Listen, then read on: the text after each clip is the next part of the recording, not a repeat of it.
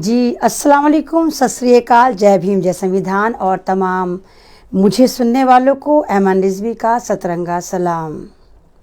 अपना ज़माना आप बनाते हैं अहले दिल, अपना ज़माना आप बनाते हैं अहले दिल, हम वो नहीं हैं जिनको ज़माना बना गया। अगर कोई है तो प्लीज़ आएँ, मुझे ज्वाइन करें। बहुत सारे मुद्दे हैं, बहुत सारी बातें हैं, बहुत सारे ऐसे हादसात हैं जो मैं आपके साथ डिस्कस करना चाहती हूँ और माफ़ी चाहती हूँ कि आज मैं शायद हो सकता है 10 बजे लाइव ना हूँ, मुझे कहीं जाना है, बहुत मेरी इम्पॉर्टेंट मीटिंग है। तो मैंने सोचा कि लाइव तो आना था ही, तो मैं आज जल्दी लाइव आ जाती हूँ और जो मेरे पास थोड़ा बहुत ज्ञान है वो मैं आपके साथ शेयर करने की कोशिश करती हूँ। जैसे आप जानते हैं, म्यांमार एक मुल्क का नाम है। पहले उस मुल्क का नाम बर्मा हुआ करता था, उसके बाद इसका नाम चेंज करके इसको म्यांमार कर दिया गया। म्यांमार में इस वक्त तबाही मची हुई है, पूरा इस कदर वहाँ पर आतंक मचा हुआ है कि वहाँ का जो एक सिस्टम है पूरा का पूरा मफलूज हो गया है, ख़राब हो गया है। और वहाँ पर जो है वो टोटल का टोटल जो एक हुकूमत है वो वहाँ आर्मी के हाथ में आ गई है। बात यहीं नहीं ख़त्म होती, अब इतने बुरे हालात हो गए कि वहाँ की आर्मी अपने ही पब्लिक को, निर्दोष पब्लिक को, मासूम मजलूम पब्लिक को बमबारी कर करके मार रही है। और हद यहाँ पर हो जाती है कि कल म्यांमार में एक पब्लिक स्कूल में, एक स्कूल में, बच्चों के स्कूल में 5 मिसाइल दागे, जिसमें छोटे छोटे मासूम बच्चे मारे गए, टीन एजर मारे गए। पूरा एक खून का जो एक खेल खेला जा रहा है, खूनी होली खेली जा रही है, वो उस वक्त म्यांमार में आप देख सकते हैं। और मेरे भाइयों और बहनों, ये वही म्यांमार है जहां आपको याद होगा, ज़्यादा पुराना नहीं, मैं आपको 3 साल पहले लिए चलती हूँ। 3 साल पहले इसी म्यांमार में हमारे भक्तों के भगवान, झूठ के जनरेटर मोदी जी ने वहाँ पर विज़िट करी थी। और उस विज़िट के बाद वहाँ पर इतना ज़बरदस्त गंदा खेल खेला गया था कि चुन चुन के मुसलमानों को मारा गया था। इतनी बर्बरता से मुसलमानों को शायद आज तक किसी ने नहीं मारा होगा, या तो भारत में मारे जाते या बर्मा में मारा गया था कि कहा जाता है। और बहुत सारी वीडियो ऐसी हैं, अगर आप जाकर यूट्यूब पर देखें तो आपको नज़र आ जाएंगी। इंसानी बॉडियों की, इंसानी लाशों की, उन मुसलमान मासूमों की लाशों के पूरे पूरे टावर, पूरे पूरे पहाड़ बना दिए गए थे। और जुल्म की इंतहा ऐसी थी कि 3 साल के बच्चे से लेके 3 महीने तक के बच्चों की गर्दनें काट कर अलग कर दी गई थी, बिल्कुल ऐसे कि वैसलीन की कैप की तरह इधर उधर हो रही थी, पूरी कमर फाड़ दी गई थी, पेट चाक कर दिए गए थे। उस वक्त वहाँ पर मुसलमान मारा गया था। और एक कहावत है कि इतिहास अपने आप को दोहराता है। जो लोग खून पीने के आदी हो जाते हैं या जो लोग नरभक्षी बन जाते हैं, फिर उनकी नज़र में इंसानियत की कोई वैल्यू नहीं रहती है, फिर वो अपनों को भी मारते हैं। जो किसी बंदे का, इंसान का खून कर सकता है, चाहे वो हिंदू का खून, चाहे मुसलमान का खून, चाहे सरदार का खून, तो आप कैसे यकीन करेंगे कि वो बंदा अपनी ही कम्युनिटी को, अपनी ही बरादरी को नहीं मार सकता? मार सकता है, क्योंकि उसके हौसले बुलंद हो जाते हैं, उसको खून करने की आदत हो जाती है। बात यहाँ पर नहीं रुकती, बात यहाँ पर रुकती है कि वहाँ पर इतना बुरा हाल है म्यांमार में कि लोग जान बचाकर भाग रहे हैं। और हमारा भारत में एक जगह है, मणिपुर भारत में ही आता है, एक स्टेट है, वहाँ पर सर्कुलेट निकाल दिया गया है कि कोई भी मणिपुर का आता है ना तो उसको जगह दी जाए, ना उसको खाना दिया जाए, और अगर कोई ऐसा आता है जिसको मेडिकल एड की ज़रूरत हो तो उसको भी वहाँ से भगा दिया जाए। ये काम भी मेरे भारत ने कर दिया, ये इतिहास भी मेरे भारत ने रच दिया कि आज पूरी दुनिया में इंटरनेशनल भारत की बेइज्जती हो रही है कि ये लोग उन लोगों को भी लेने को तैयार नहीं है जो ज़ख्मी हालत में वहाँ से भागकर अपनी जान बचा रहे हैं। क्योंकि आपको पता होगा कि बर्मा जो है वो भारत से बहुत नियर बाई है। और उस ज़माने में भी, जिस ज़माने में सन 2018 में अगस्त में मुसलमानों के साथ वहाँ पर खून की होली खेली गई थी, तो वहाँ से काफ़ी मुसलमान भागकर बांग्लादेश भी गए थे, पाकिस्तान भी गए होंगे और भारत भी आए थे। उन्हें रोहिंग्या मुसलमान कहा गया। और उनको ही बर्बाद करने के लिए, उनको बर्बाद करने के लिए, उनको भगाने के लिए, जिनकी तादाद मेरा ख्याल से नियर अबाउट 20-25 हज़ार थी, उनको ख़त्म करने के लिए ये मोदी सरकार NRC लेकर आई थी ताकि ये 20-25 हज़ार मुसलमानों को भगाया जा सके और बांग्लादेशियों को भगाया जा सके। तो ये इंसानियत के इससे ये दरिंदगी से इससे ज़्यादा बदतरीन मिसाल कोई नहीं हो सकती कि जो लोग अपनी जान बचाकर म्यांमार से आ रहे हैं और भारत में उनको घुसने नहीं दिया जा रहा, उल्टा ये सर्कुलेशन निकाला जा रहा है भारत सरकार द्वारा, मणिपुर सरकार द्वारा, कि कोई भी बर्मा का अगर जान बचाकर भारत आता है, लंगड़ा होकर आए, जख्मी होकर आए, भूखा आए, उसको खाना नहीं दिया जाएगा। अगर कोई खाना देगा तो उस पर भारत सरकार या मणिपुर सरकार जबरदस्त तरीके से कार्रवाई करेगी। तो ये हाल है इस वक्त मेरे भारत का, और इतनी ज़बरदस्त यहाँ पर नफ़रतें चल रही, इतना ज़बरदस्त यहाँ पर डिवाइडेशन चल रहा है। अब मैं आपको लेकर चलती हूँ कश्मीर की तरफ, हम आपको लिए चलते हैं। जैसे आप कश्मीर के बारे में जानते हैं कि जब 370 वहाँ से हटाई थी, दफ़ा 370, आर्टिकल 370 इन्होंने रिवोक करा था, ख़त्म करा था, तो इन्होंने ये कहा था कि हम कश्मीर से आतंकवाद ख़त्म करना चाहते हैं। और जिस वक्त इन्होंने 370 हटाई थी तो उस वक्त बीजेपी की सपोर्ट से वहाँ की जो सरकार थी वो महबूबा मुफ्ती के हाथ में थी। महबूबा मुफ्ती वहां की चीफ मिनिस्टर थी, और ये पहली बार नहीं हुआ था। महबूबा मुफ्ती ने तीन बार बीजेपी के साथ वहां कश्मीर में सरकार बनाई थी। और जब इन्होंने 370 हटाया था तो इन्होंने क्या करा था, महबूबा मुफ्ती को, फारूक अब्दुल्ला को, उमर अब्दुल्ला को और भी बहुत बड़े बड़े पॉलिटिकल लीडर को जेलों में भर दिया था या उनको नज़रबंद कर दिया था। और उसके बाद बात यही नहीं थमी थी, जुल्म की इतनी इंतहा करी गई थी कि वहां से, ताकि कोई भी इंफॉर्मेशन बाहर लीक ना हो, कश्मीर से इंटरनेट बंद कर दिया गया था, उनकी आज़ादी पर सेंध लगाई थी। और जबकि ये मेरे भारत का संविधान हमें आज़ादी देता है, क्योंकि भारत एक डेमोक्रेटिक कंट्री है, यहाँ पर हमें बोलने की आज़ादी, बात करने की आज़ादी, मजहब की आज़ादी, हर तरह की आज़ादी हमें हमारा संविधान देता है। लेकिन उसके बावजूद इस सरकार ने कश्मीर से इंटरनेट बंद कर दिया था। ये आप तमाम लोग जानते हैं, मैं आपको ये वाली बात नहीं बताना चाहती थी लेकिन रिमाइंड करा रही थी। बात ये है कि महबूबा मुफ्ती, जिनके साथ बीजेपी ने तीन बार सरकार बनाई कश्मीर में, उनका पासपोर्ट जब्त कर लिया है, और महबूबा मुफ्ती की अम्मा जान का भी पासपोर्ट जब्त कर लिया है, और कहा कि नहीं, अगर हम इनको पासपोर्ट देंगे और ये अगर ये बाहर चले गए तो ये भारत की आज़ादी के लिए या भारत की अखंडता के लिए या भारत के जो एक जिसको कहते हैं कि भारत की सुरक्षा के लिए खतरा होगा। यानी जिस बंदी के साथ, जिस पार्टी के साथ ये सरकार बना चुके तीन बार, अगर वो भारत छोड़ के कहीं भी जाना चाहें या भारत छोड़कर कहीं विजिट भी करना चाहें तो उनका पासपोर्ट इस सरकार ने जब्त कर लिया है। जबकि अगर आपको पता हो कि भारत का सुप्रीम कोर्ट हमें इस बात की आज़ादी देता है, या हमारा फंडामेंटल राइट्स है जो हमें आर्टिकल 21 द्वारा दिया जाता है कि भारत में हर बंदे को, हर नागरिक को पासपोर्ट बनवाने की पूरी आज़ादी है। उस पर ना तो कोर्ट, ना कोई अदालत, ना कोई सरकार अंकुश लगा सकती है, ना हमारा पासपोर्ट जब्त कर सकती है। उसके बावजूद ये सरकार पूरी की पूरी हिटलरशाही पर बनी हुई है, जुल्म कर रही है, वो कर रही है। अगर आपको याद हो, शायद आप बहुत सारे लोगों ने, अगर आपने पढ़ा हो, हम भी उस वक्त नहीं थे, 1978 में मेनका गांधी का पासपोर्ट भी जब्त हो गया था, और सुप्रीम कोर्ट ने यह कहा था, fundamental rights to life and personal liberty under article 21, कोई भी किसी का पासपोर्ट नहीं छीन सकता है। और मेनका गांधी का पासपोर्ट वापस करा गया था। कमाल की बात है, कश्मीर हमारा अटूट अंक है, कश्मीर हमारे जागीर है, माना कश्मीर हमारा अटूट अंक है। तो वो कश्मीरी कौन है? वो हमारे नहीं है। वहाँ की जो जिंदगियां हैं वो हमारी नहीं। वहाँ के मजलूम मुसलमान, मासूम बच्चे, क्या वो हमारे नहीं? सिर्फ ज़मीन हमारी भारत की है, वहाँ के लोग हमारे नहीं है। वहाँ के लोग फिर किसके हैं? वो किसकी जिम्मेदारी है जिनको आपने पकड़ कर 370 हटाने के बाद भारत की मुख्तलिफ जेलों में भर रखा है? उनमें इतने शर्म की बात है कि 12-12, 13-13 साल के मुसलमान बच्चे भी शामिल हैं जिन पर कोई कार्रवाई नहीं हुई, और तमाम जेलों में ये आज तक इसी तरह बंद हैं।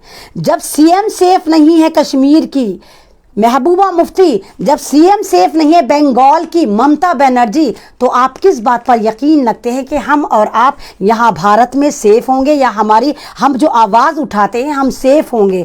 बहुत सारे लोग ये जानते हैं कि मुझे भी लगातार धमकियाँ मिलती हैं, मैं भी अपनी ज़िंदगी यानी अपनी ज़िंदगी के साथ अपनी मौत को हथेली पर लेकर चलती हूँ और घूमती हूँ, और इस सरकार को हमेशा कटहरे में खड़ी करती हूँ, और इस सरकार की पॉलिसी के खिलाफ हमेशा आवाज़ बुलंद करती हूँ, और कोशिश करती हूँ कि मैं साबित करूँ कि हाँ, मैं जिंदा कौम की जिंदा बेटी हूँ, मैं भारत की बेटी हूँ और मैं भारत को मानती हूँ, यहाँ के संविधान को मानती हूँ। इसीलिए मैं आप तमाम लोगों के लिए आवाज़ बुलंद करती हूँ, आपकी आवाज़ को दूसरों तक पहुँचाती हूँ, इंटरनेशनल मुद्दा बनाती हूँ, क्योंकि मैं जिंदा कौम की जिंदा बेटी हूँ।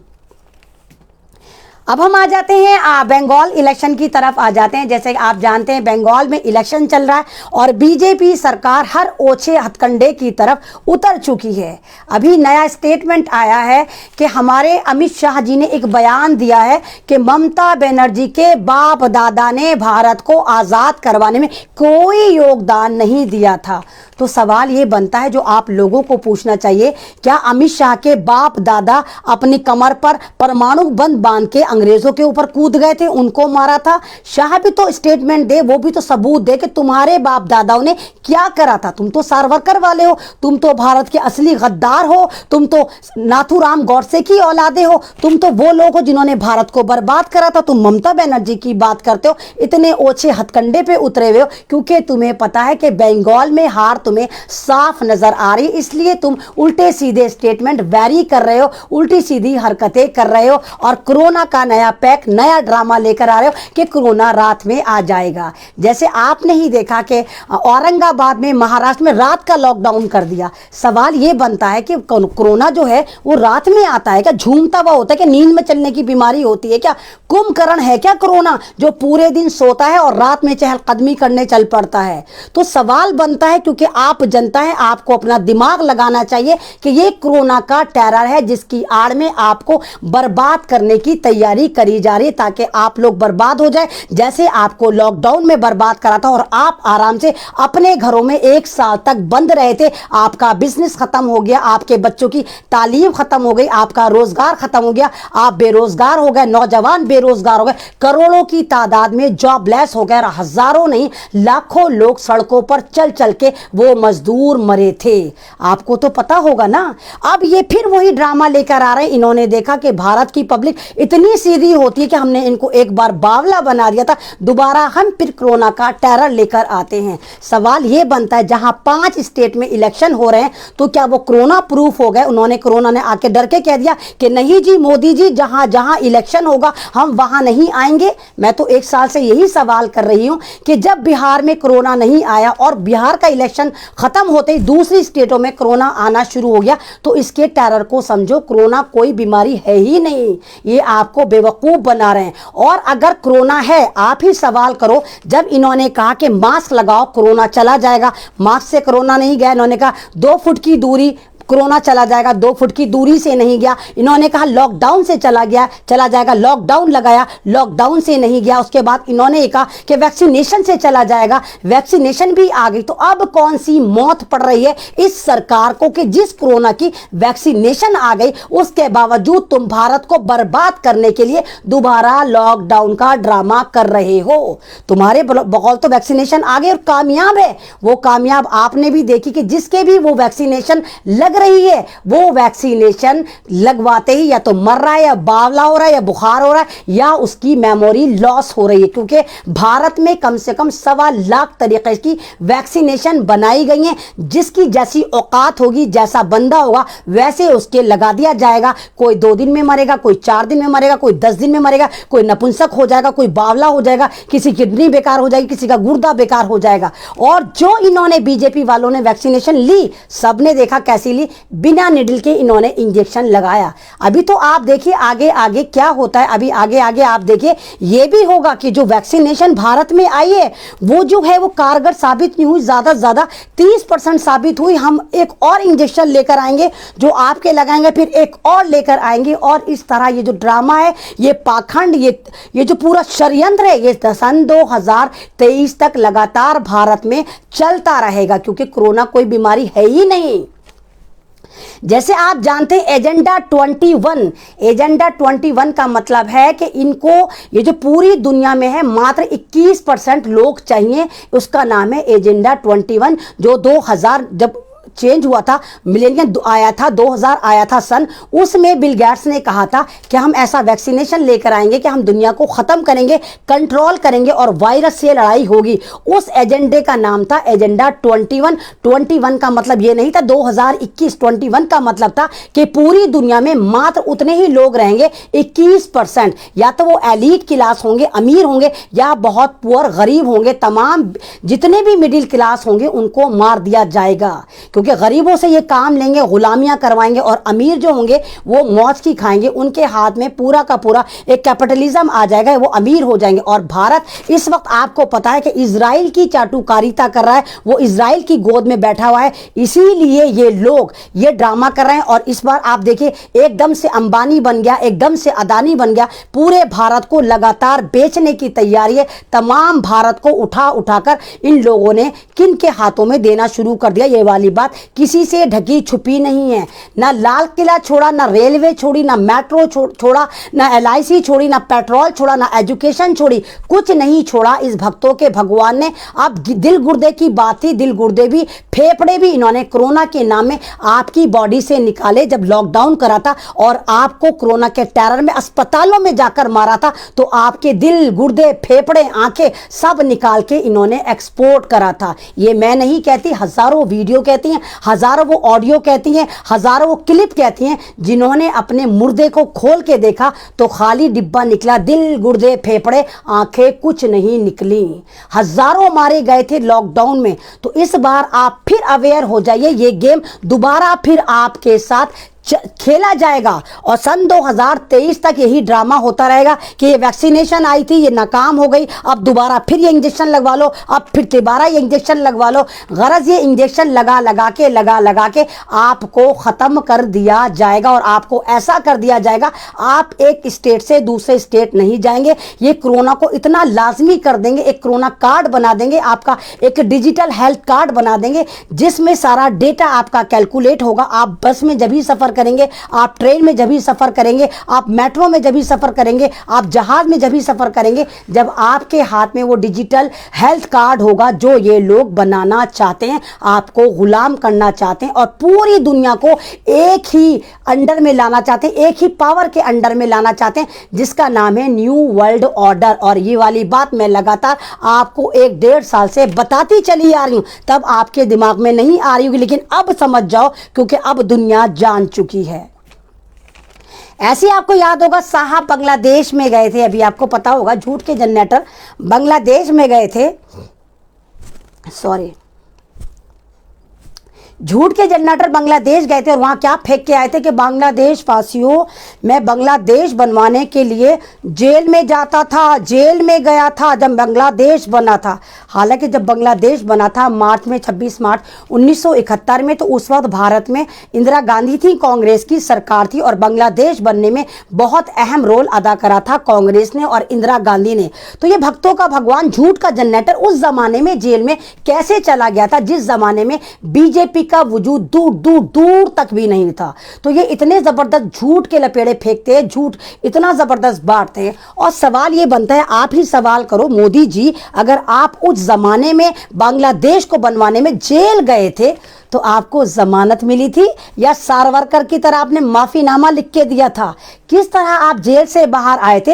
ये सवाल आप लोगों को पूछना चाहिए, क्योंकि ये आपका हक है कि आपका प्रधानमंत्री आपकी नाक कटाता है, बांग्लादेश में जाकर झूठ बोलकर आता है। इनकी तो कोई इज्जत नहीं है, लेकिन हमारे भारत की इज्जत भी है, गरिमा भी है। तो आप तमाम लोगों को पूछना चाहिए कि मोदी जी उस जेल का नाम बताइए और बताइए कि आपको जमानत कैसे हुई थी। आपने माफी मांग के सारवरकर को शर्मिंदा करा था या आपको जमानत दी थी? और जमानत दी थी तो किसने दी थी? तो झूठ इतना बोलो जितना हजम हो जाए। पूरी दुनिया के झूठे मरे होंगे जब ये बीजेपी पार्टी का गठन हुआ होगा। इतना झूठ, इतना झूठ। लोग कहते हैं कि राई का पहाड़ बनता है, राई को वो तो पहाड़ बन सकता है, लेकिन ये लोग इतने झूठे, बिना राई के पहाड़ बना देते हैं, बिना बीज के खेती कर डालते हैं, बिना मदद के आबादियां बना देते हैं। जैसे आपने देखा अभी एक प्रधानमंत्री प्रधानमंत्री आवास योजना का ज़बरदस्त तरीके से एक प्रचार हुआ, एक वीडियो थी, एक ऑडियो थी, एक फोटो था, वो वायरल हो रहा था,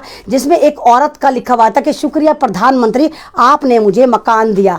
जब वहां तक सूंघते हुए यूट्यूबर पहुंच गए तो उस औरत ने कहा उसको तो यही नहीं पता कि उसका फोटो कब कहां खिंचा और उसको कोई भी मकान नहीं मिला। प्रधानमंत्री आवास योजना के तहत वो जिस झोपड़ी में रहती है उसका किराया देती है। ये हकीकत है जिसको ये कहते हैं कि 24 लाख लोगों को, भारतीयों को हमने प्रधानमंत्री आवास योजना के तहत मकान दे दिया है। तो ये है इनका झूठ। किसी का भी फोटो चिपका देते हैं, किसी का भी फोटो खींच लेते हैं और कहीं भी जाके चेप देते हैं और फिर अपनी वहां पर डेवलपमेंट लिख देते हैं, अपनी योजनाएं लिख देते हैं कि हमने इसको ये दिया, हमने उसको वो दिया, जबकि ऐसा कुछ नहीं होता। और मेरे भाइयों और बहनों, मैं आपका थैंक्स कहना चाहूंगी कि जिस तरह मैंने एक खुशबू शर्मा की आवाज़ आप तक पहुंचाई थी, वो खुशबू शर्मा जिसकी 14 साल पहले एक मुसलमान बुढ़े से शादी हुई थी और वो बुढ़ा लगातार उसको परेशान कर रहा था। वो खुरैजी में रहता है, नाजिम निज़ाम जिसका नाम है, और रशीद मार्केट में रहता है। अल्लाह का शुक्र, आपकी वजह से खुशबू की आवाज़ दूर दूर तक चली गई है और दूर दूर तक लोग उसको सुन रहे हैं। और उसके लिए मेरे पास भी ख़त आ रहे हैं, बहुत अप्रिशिएट कर रहे हैं बहुत सारे मेरे नॉन मुस्लिम भाई भी, कि उन्हें बड़ी खुशी हुई कि ऐमन रिजवी ने खुशबू शर्मा के लिए आवाज़ बुलंद करी। मैं आप लोगों से फिर ये कहना चाहूँगी कि खुशबू शर्मा आज भी टेंशन में, और आज पूरे दिन मैं खुशबू शर्मा से किसी ना किसी तरह फ़ोन पे कनेक्ट रही। वो यही बताती रही कि नाजिम निज़ाम अब भी उसको ब्लैकमेल कर रहा है और कह रहा नहीं, मुझसे मिलने किसी घर आ, किसी ऐसी जगह बुलाना चाहता है कि मैं तुझे तलाक दे दूंगा। अव्वल बात तो उसने तलाक दे दी, 4-5 बार वो तलाक दे चुका, तलाक हो चुकी। दूसरी बात, उसको शायद ये नहीं पता कि मोदी जी ने एक बिल पास कर दिया है जिसमें ट्रिपल तलाक एक साथ हो ही नहीं सकती। तो नाजिम निज़ाम फिर उस खुशबू शर्मा को बेवकूफ़ बना रहा है। मैं आप तमाम लोगों से ये भी कहना चाहूँगी कि कोई लोग अगर मुझे खुरैजी से सुनना है तो प्लीज़ आप खुशबू शर्मा की मदद करें। खुशबू शर्मा का 27 तोले गोल्ड नाजिम निज़ाम ने मुथ्थू फाइनेंस में गिरवी रख रखा है। 27 तोले गोल्ड उसका रख रखा है, उसका फ्लैट भी गिरवी रख रखा है। उस लड़की को कुछ नहीं चाहिए, उस आदमी से आज़ादी चाहिए, अपना मकान चाहिए और अपना वो गोल्ड चाहिए जिसको लेकर वो अपनी बेटी ज़ायना को अलग रहकर पाल सके। और इसके लिए मुझे आप तमाम लोगों की मदद चाहिए कि खुशबू शर्मा आपकी भी बहन है, आपकी भी बेटी है, आपके ही पड़ोस से है, दिल्ली से ज़्यादा दूर नहीं है खुरैजी, उसको मदद चाहिए। और नाजिम निज़ाम जैसा ठरकी आदमी जो सिर्फ शादियां करता है, लड़कियां फांसता है, इवन उसके फादर, जो उसके फादर है, वो भी उससे इतने परेशान है कि मरने की दुआएं करते हैं, क्योंकि नाजिम निज़ाम अपने फादर को भी लगातार टॉर्चर करता है, मारता है, और यहाँ तक कर रखा है कि अपने फादर से धोखे से सिग्नेचर लेके बाप की टोटल प्रॉपर्टी अपने नाम कर चुका है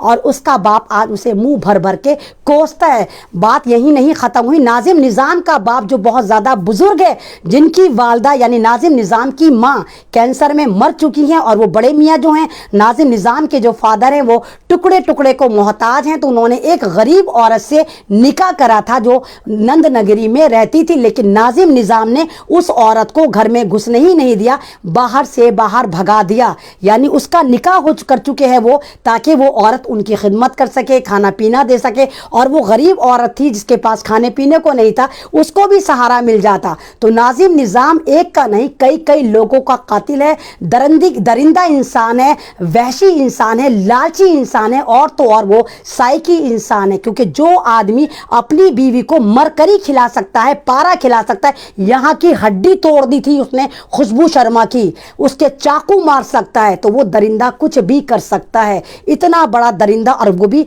हमारे समाज में रहता है, और हमारी बदनसीबी है कि उसका नाम नाजिम निज़ाम है। नाजिम निज़ाम है, वो हमारी कम्युनिटी को बदनाम कर रहा है। तो मैं आप तमाम लोगों से कहती हूँ कि आप खुदारा नाजिम निज़ाम जैसे कुत्ते को सजा दें और खुशबू शर्मा को इंसाफ दिलवाने में मेरी मदद करें, उसकी मदद करें, उसका 27 तोले गोल्ड दिलवाएं, उसका मकान दिलवाएं। और नाजिम निज़ाम जो बच्ची पैदा कर चुका, वो जो 8 साल की ज़ायना, जो अपने बाप से इतना डरती है कि जाना भी नहीं चाहती, उस बच्ची ने मेरे सामने पुलिस वालों से बोला, अंकल, इस आदमी ने, मेरे पापा ने आपको भी बुद्धू बना दिया, आपको भी उल्लू बना दिया। यानी वो इतनी छोटी सी बच्ची पुलिस वालों से वाली बात बोली है कि मेरा बाप पक्का झूठा मक्कार है, वो सबको बेवकूफ़ बनाता है, उसने आपको भी बेवकूफ़ बना दिया। और कमाल की बात है कि नाजिम निज़ाम इतना घटिया इंसान है कि वो शाहदरा जाता है, मौजपुर शाहदरा जाता है, जहाँ पर इस वक्त खुशबू शर्मा अपनी बहन के पास रह रही, तो वहां पर बिल्डिंग में जाकर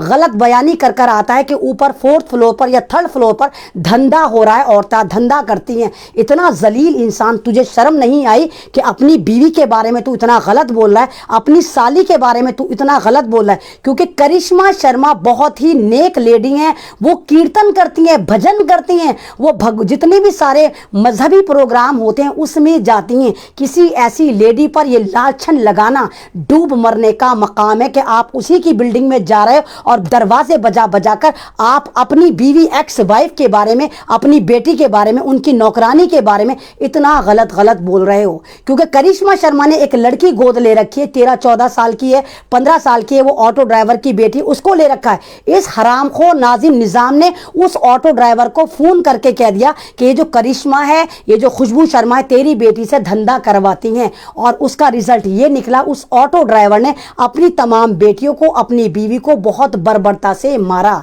तो ये काम कर रहा है ये आदमी, इतना गद्दार आदमी, इसको तो मुसलमान कहते हुए भी शर्म आती है। मुसलमान तो दूर की बात, इसको इंसान कहते हुए भी शर्म आती है। तो आप तमाम लोगों को खुशबू शर्मा और खुशबू शर्मा जैसी बहुत सारी बेटियों को बचाना होगा। क्योंकि अभी देखा आपने कि आयशा आरिफ आपके सामने हंसती खेलती कहाँ कूद गई थी, गुजरात की साबरमती में कूद गई थी। यह हमारी गफलत थी, लेकिन अब तो आंख खोल लो, आयशा आरिफ जैसी कितनी खुशबू शर्मा इस समाज में आयशा आरिफ बनने को तैयार हैं, उनको तो बचा लो। और उल्टा उस पर इल्ज़ाम लगा रहा है कि वो उसकी बेटी को किडनैप कर कर लेकर आ गई। कोई माँ अपनी बेटी को किडनैप कर कर लेकर आती है? इस अकल के अंधे, इस गोबर भक्त से कोई पूछे कि क्या कोई माँ अपनी औलाद को किडनैप करती है? जो ये इल्ज़ाम लगा रहा है, क्योंकि ये पैसे वाला है, ऊपर से साइकी है, बुढ़ा है, इसलिए पुलिस वालों को दबाकर पैसा खिला रहा है। और खुशबू शर्मा की अभी तक कोई कंप्लेन रजिस्टर ही नहीं हो पाई। मैं वेलकम थाने गई थी,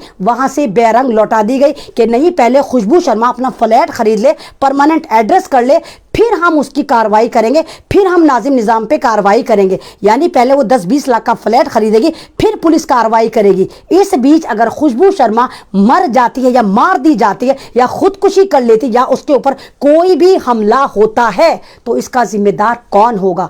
नाजिम निज़ाम होगा, ये समाज होगा, ये पुलिस होगी, ये गवर्नमेंट होगी, या बेहिस लोग होंगे? ये सवाल मैं आप तक छोड़कर जा रही हूँ। अगली लाइव में फिर आपसे मुलाकात होगी मेरी। अगर लाइव आपको अच्छा लगता है तो प्लीज़ इसको ज़्यादा शेयर करेंगे। एमन रिजवी मेरा पेज है, प्लीज़ इसको ज़्यादा फॉलो करें, लाइक करें और मेरी वीडियो को दूर दूर तक सर्कुलेट करें। और कोई भी ऐसा मुद्दा हो जो आपके बीच हो और आप चाहते हो कि मैं उसको उठाऊं और आपकी आवाज़ बुलंद करके एक लोगों तक पहुंचाऊं, तो प्लीज़ आप मुझे कमेंट सेक्शन में आकर वो मुद्दा ज़रूर डिटेल में लिखिए। और इंशाल्लाह नेक्स्ट लाइव में मैं आपका मुद्दा पूरे इसी जोशो खरोश के साथ उठा रही होंगी। शुक्रिया, अल्लाह हाफिज़, जय भीम, जय संविधान, शुभ रात्रि, खुदा हाफिज़।